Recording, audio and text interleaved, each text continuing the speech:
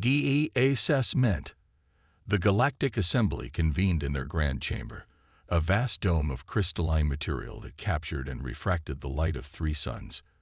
2,000 representatives from across the known universe gathered in tiered seating, each species distinguished by their unique biology and technological adaptations. At the center of it all stood High Arbiter Krelnox, an ancient being whose skin rippled with bioluminescent patterns that shifted with his moods. We come to the matter of System J11382, specifically the third planet, Krelnox announced, his voice resonating through the neural translators embedded in each delegate's communication suite. The species calls itself human, and our world Earth. The assessment committee has completed its evaluation. A holographic display materialized above the chamber floor, showing a blue-green planet spinning slowly. It zoomed in on cities, infrastructure, and military installations. Senior Assessor Vix Terra floated forward, her gelatinous form pulsing with the effort of maintaining physical cohesion in the chamber's artificial gravity. Esteemed delegates, we have observed this species for approximately 50 of their orbital cycles.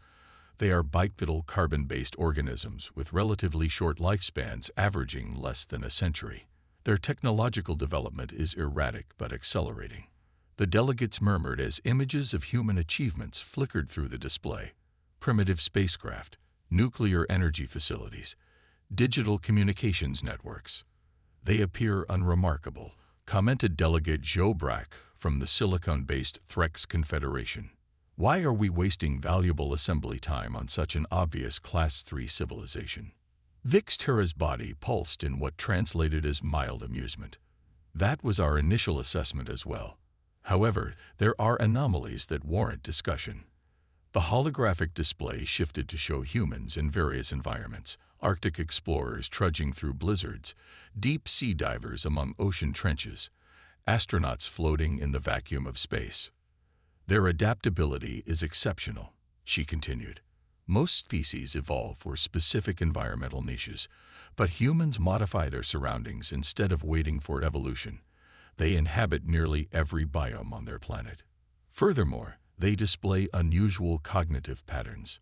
The display showed laboratories, universities, and innovation centers.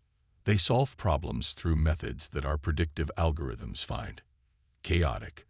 When faced with limitations, they frequently discover unconventional solutions that our protocols would never generate. High Arbiter Krelnox's skin patterns darkened with interest. Are you suggesting they possess some form of intelligence our models cannot quantify? Not exactly, Vix Terra replied. Rather, they possess a combination of traits rarely seen together: high adaptability, pattern recognition, technological innovation, and perhaps most significantly, a cultural fixation on overcoming adversity. They glorify what they call the underdog, entities that triumph despite overwhelming disadvantages. The chamber remained silent as the delegates processed this information. Most concerning, Vix Terra continued, is their rate of technological advancement. While still primitive by our standards, they've compressed developments that took other species millennia into mere centuries. Their computational technology alone has increased exponentially within a single generation. Do they pose a threat? Asked a delegate from the militaristic Carax hierarchy. Not immediately, Vix Terra's form rippled. But probability models suggest they could develop interstellar capabilities within the next century. Their resource consumption patterns indicate they would expand rapidly. Then the matter is clear, said Delegate Joe Brack. We should designate Earth as a research world under Protocol 7.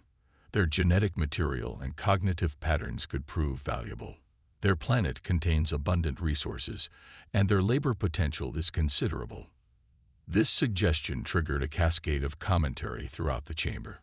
Research world designation was a carefully worded euphemism.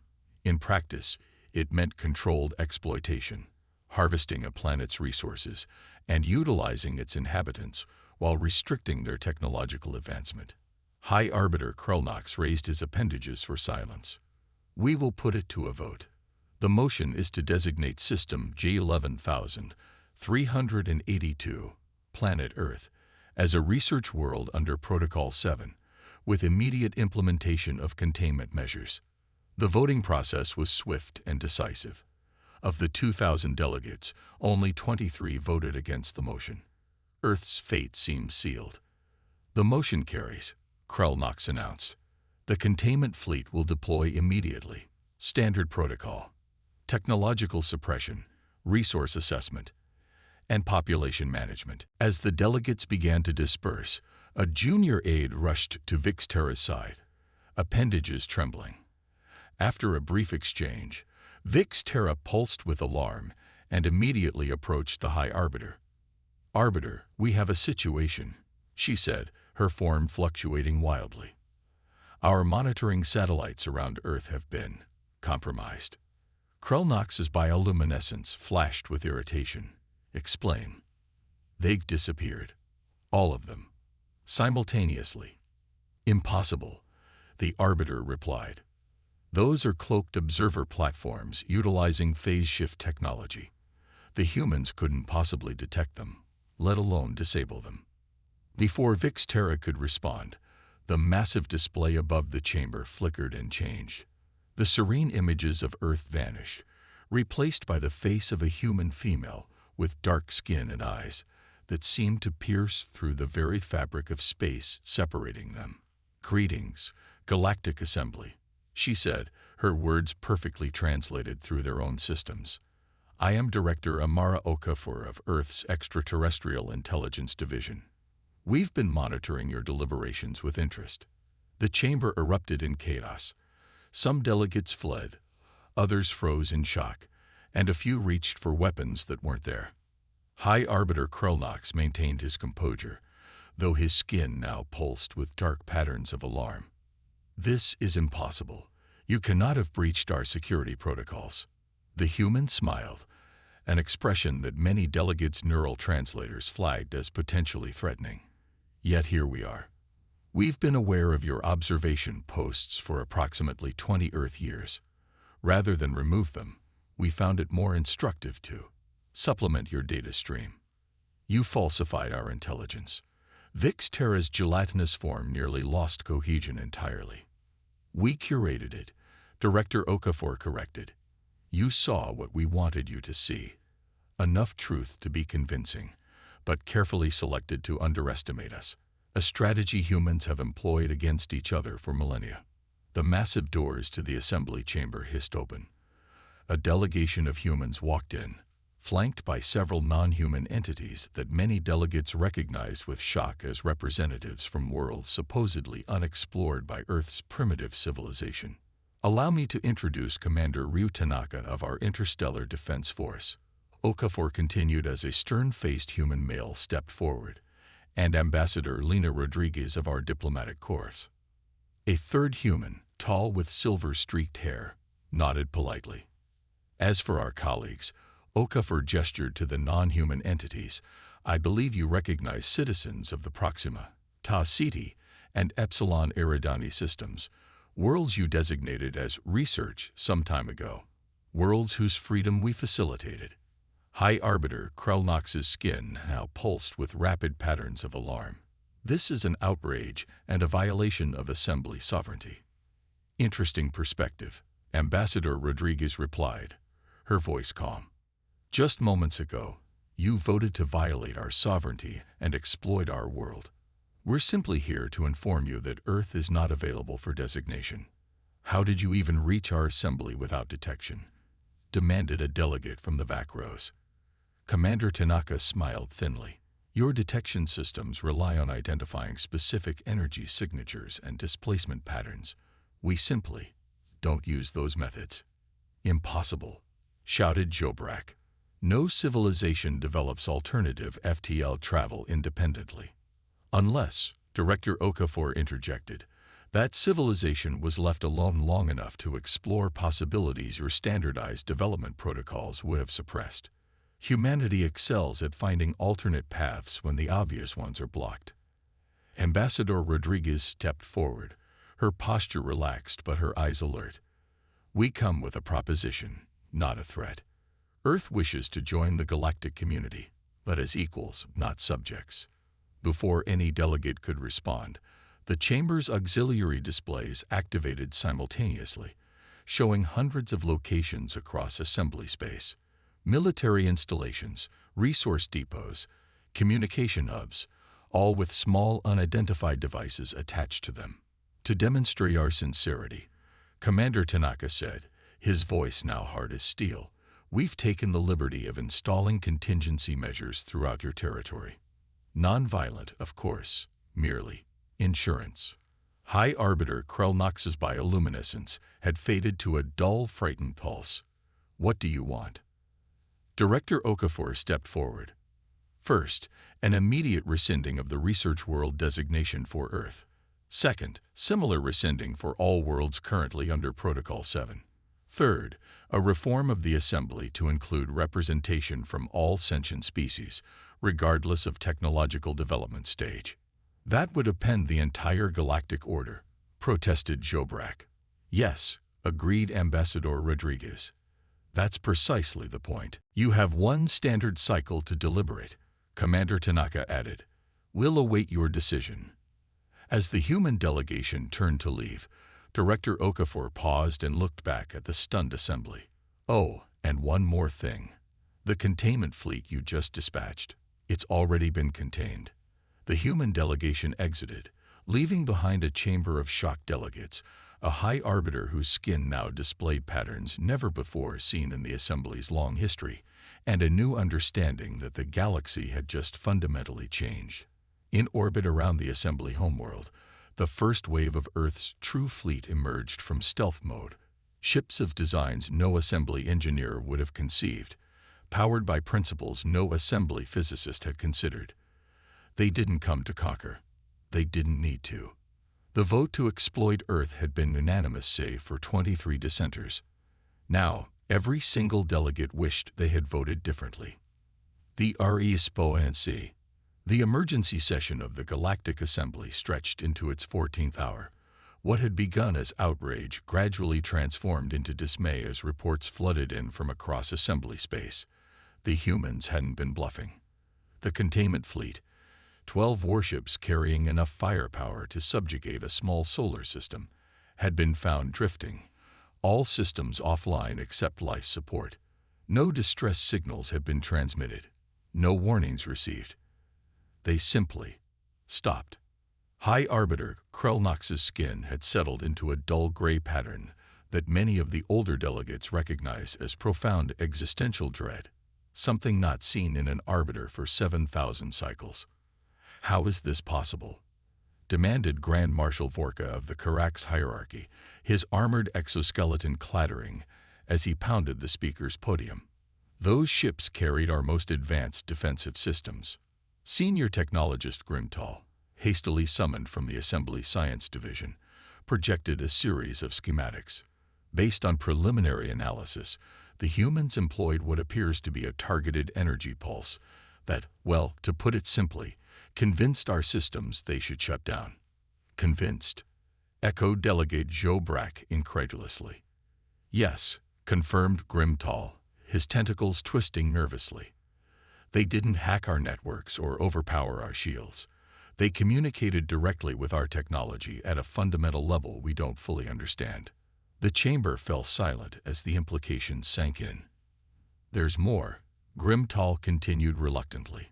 "Those devices the humans placed throughout our territory. They appear to be quantum entangled with each other. If we attempt to remove or disable one, it alerts all the others. Several installations have already made this discovery, with unfortunate results." "What results?" Vorka growled. "Complete data corruption," Grimtall replied. "Not destruction. The information still exists, but it's been scrambled beyond recovery. Financial records, military deployments, resource inventories, all rendered into meaningless noise." High Arbiter Krellnox finally spoke, his voice barely audible. "And what of the human fleet currently orbiting this world?" "They've taken no aggressive action," reported Fleet Commander Yex. "They maintain position, shields active but weapons systems dormant. They've responded to communication attempts with only one message: we await the Assembly's decision." We cannot capitulate to these primitives, Vorka declared, gesturing dramatically with his armored limbs. The assembly has stood for 30,000 cycles. We've guided the galaxy's development, maintained order across 17,000 worlds. Maintained order. The voice came from one of the representatives who had arrived with the human delegation, a Proximan, their crystalline structure glittering under the chamber lights. Is that what you call stripping our worlds of resources and restricting our development? Before Vorka could respond, the chamber doors opened. Ambassador Rodriguez entered alone, her steps measured and unhurried. The delegates fell silent. Your deliberation time is nearly complete, she announced calmly. Has the assembly reached a decision? Krulnox raised himself to full height, his skin forcing itself into patterns of authority that contrasted sharply with the fear evident in his posture. The assembly requires additional time. These demands would fundamentally alter the galactic structure that has maintained peace for millennia. Rodriguez nodded thoughtfully. I understand your concern. Change is difficult, especially for institutions as ancient as yours. She paused, her gaze sweeping the chamber. However, I should inform you that we've received distress calls from several former Protocol 7 worlds. It seems they've taken our arrival as a signal to initiate their own liberation efforts. The chamber erupted into chaos as delegates frantically checked their communications devices. This is insurrection, Vorka bellowed. This is self-determination, Rodriguez corrected, a concept humanity holds sacred. Displays around the chamber activated unbidden, showing footage from dozens of worlds. Assembly administrative centers under siege, protocol enforcement fleets surrounded by makeshift armadas, indigenous populations reclaiming facilities that had been exploiting their resources for generations. You've incited galaxy-wide rebellion, accused Jobrak. Rodriguez shook her head. We merely provided an example. The desire for freedom was already there, buried beneath your protocols and containment measures. She gestured toward the displays. What you're witnessing isn't coordinated by Earth. It's spontaneous, the natural response of intelligent beings who've been suppressed too long. High Arbiter Krulnox's skin now pulsed with rapid patterns of calculation. If we agree to your terms, will you help restore order? Define order, Rodriguez replied. If you mean returning subjugated worlds to their previous state of exploitation, then no. If you mean establishing a new equilibrium based on mutual respect and cooperation, then yes, Earth would be pleased to assist in the transition. The chamber fell silent as delegates exchanged glances, neural networks, or chemical signals, depending on their biology. The calculus was clear. Their options were limited. We will require guarantees, Krulnox said finally, assurances that Earth won't simply replace the assembly as the dominant power. Rodriguez smiled, a genuine expression that her neural translator identified as conciliatory. That's a reasonable concern. We propose an oversight council with rotating membership, including representatives from former Protocol 7 worlds. All species would participate equally in decisions affecting galactic governance. And your weapons, your technology, demanded Vorka, would remain Earth's sovereign property, Rodriguez replied firmly. As with the technological developments of all member worlds under the new compact, knowledge sharing would be encouraged but voluntary. Before anyone could respond, a thunderous rumble shook the chamber. Dust and crystalline fragments rained from the dome above. What was that? Demanded Krulnox. Rodriguez checked a small device on her wrist. Her expression grew serious. It appears the Karax hierarchy has attempted to deploy a quantum disruptor against our fleet. All eyes turned to Vorka, whose armored exoskeleton seemed to shrink around him. A foolish decision, Rodriguez continued. Commander Tanaka has responded with a localized gravitational pulse that disabled the weapon. No casualties, but I'm afraid your orbital defense platform has been relocated. The main display showed a massive structure, once in geosynchronous orbit above the assembly capital, now drifting harmlessly in the system's outer reaches. How? Whispered Grimtall, professional curiosity momentarily overriding his fear. The energy requirements for such precision manipulation of gravity would be considerable. Rodriguez finished for him.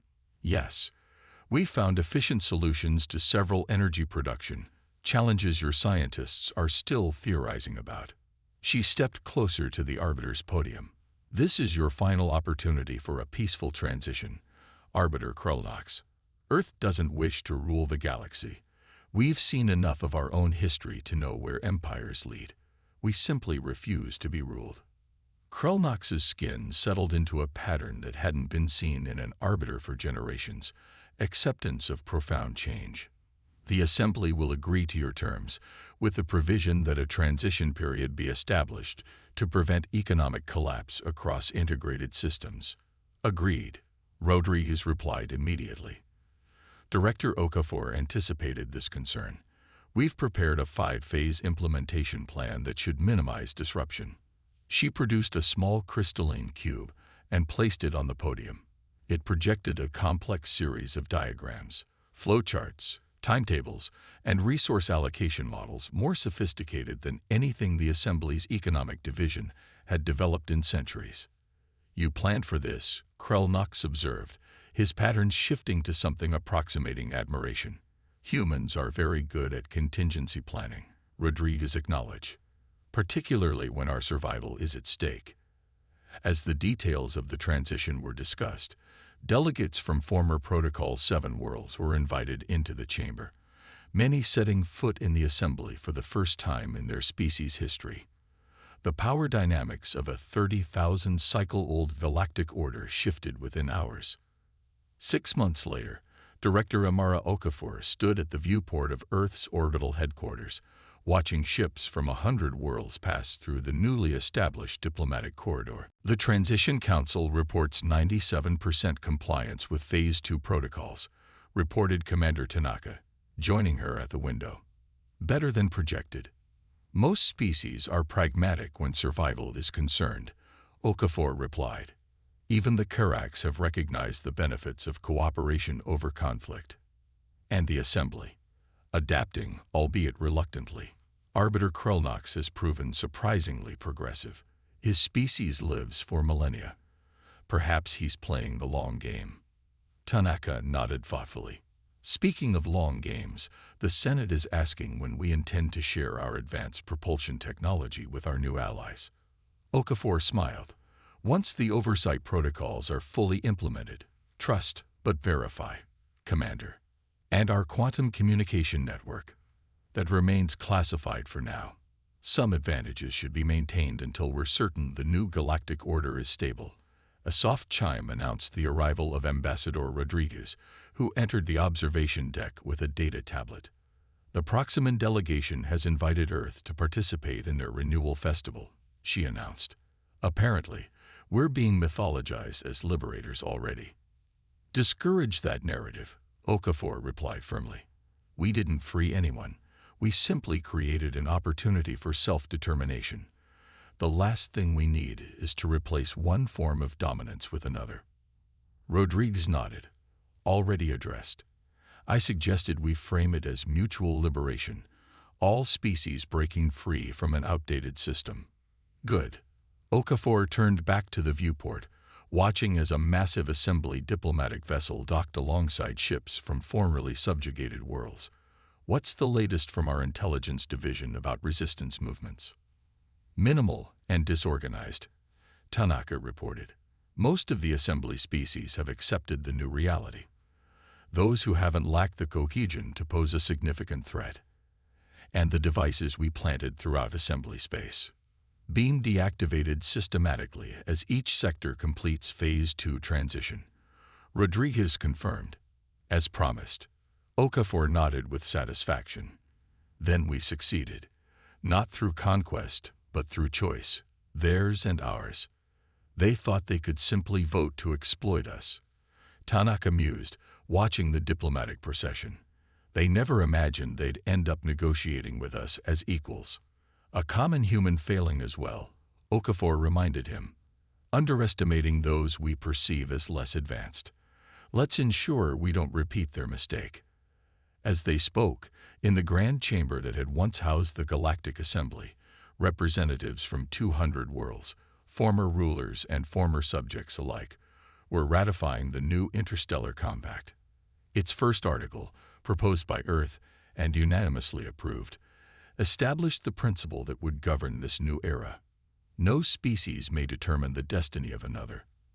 The right to self-determination shall be inviolable throughout the galaxy. The Assembly had voted to exploit Earth, seeing only a primitive world ripe for harvesting. Instead, they found themselves partnering with a species whose greatest strength wasn't technology or resources, but perspective, the ability to imagine alternatives to the status quo, and the determination to make those alternatives reality. In the end, humanity didn't conquer the galaxy. They changed it.